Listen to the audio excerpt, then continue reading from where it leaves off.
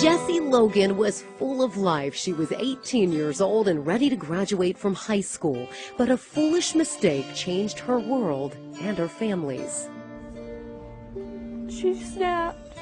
It was just too much for an 18-year-old girl to go through.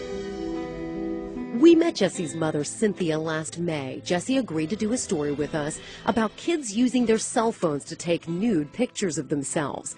Jessie did it, thinking only her boyfriend would see it.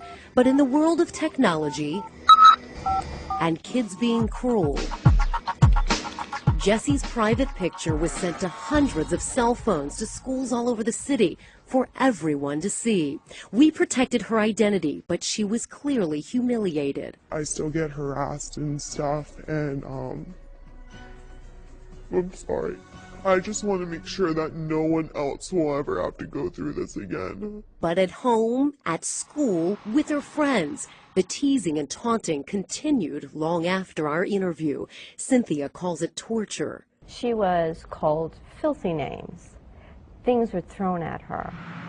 It was so bad, Jessie started skipping school. I took her car away, and when I dropped her off, somebody would take her out, or she would hide all day in school.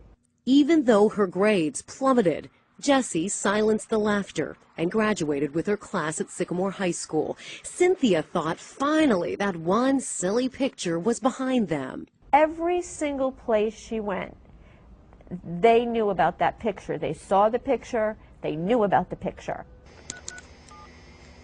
So the teasing continued. It's abuse. She was abused. 2 months after our interview, Jessie went to a funeral of a teenager who committed suicide. She came home and did the same thing. And I scanned the room, and her closet doors were open. And I walked over into her room and saw her hanging. Her cell phone was in the middle of the floor. It started with that cell phone, but Cynthia says it never should have ended this way. The police department didn't protect her. The school didn't protect her. She had no one. 5 teenagers were involved with sending out Jessie's picture, but none of them were ever charged. Since then, the problem with teens sending nude pictures has gotten so bad, the Montgomery Police Department recently charged one student for forwarding a nude video of a girl. Almost 8 months later, my daughter is buried in the ground. Are you kidding me? Where were you? The school resource officer did not want to go on camera, but insists Jessie didn't want charges to be filed for fear she'd be harassed even more.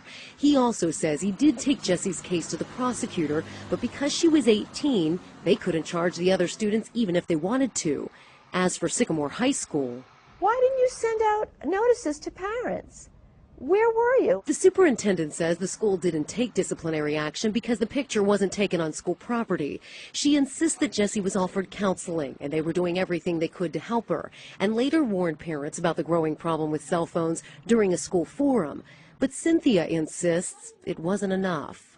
But to have a nude photo being disseminated throughout the school of your child, how would you feel as a parent?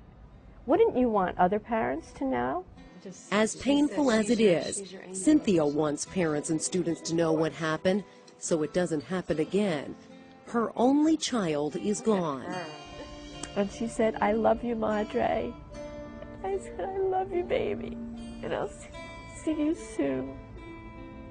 All she has now are the memories.